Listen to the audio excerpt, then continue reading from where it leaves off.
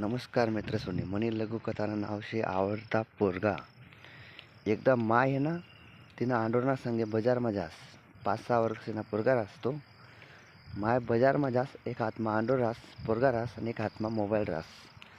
माय धीरे धीरे बजार करस आणि बजार करता करता काय जास, चालता चालता तो आंडोर हातमा पडी जास मायना.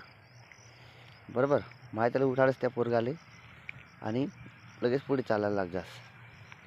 थोडा पुढे जावानंतर काय माहिती आहे का, तो थोडा टाईम माय पुढे बजारमा जास आणि हातमा मोबाईल पडी जास. जसा हातमा मोबाईल पडी जास ना, तसा माय तो मोबाईल उचलस आणि पुसस, चांगलं चुंगलं करस. आणि थोडं पुढे जाणं तर पोरगा मला प्रश्न विचारस. मा तुला प्रश्न विचारू का? मग विचार बेटा.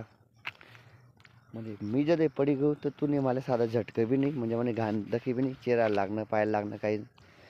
आणि मोबाईल पडी गया ते तू मोबाईल इथला घडी घडी साफ करायनी, आई करानी, ते करानी. मनामनमा एक प्रश्न आहे, तुना आवडता पोरगा मी शे का मोबाईलचे?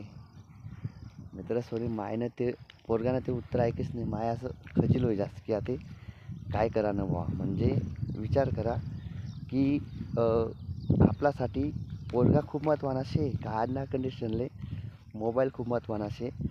तर छोटीशी लघुकथा होती, त्यानावर आपले समजी की आयुष्यमा मोबाईल महत्त्वाना शे की निर्जीव आणि सजीव पोरगा महत्त्वाना शे. विचार करा. कथा ऐकाबद्दल धन्यवाद.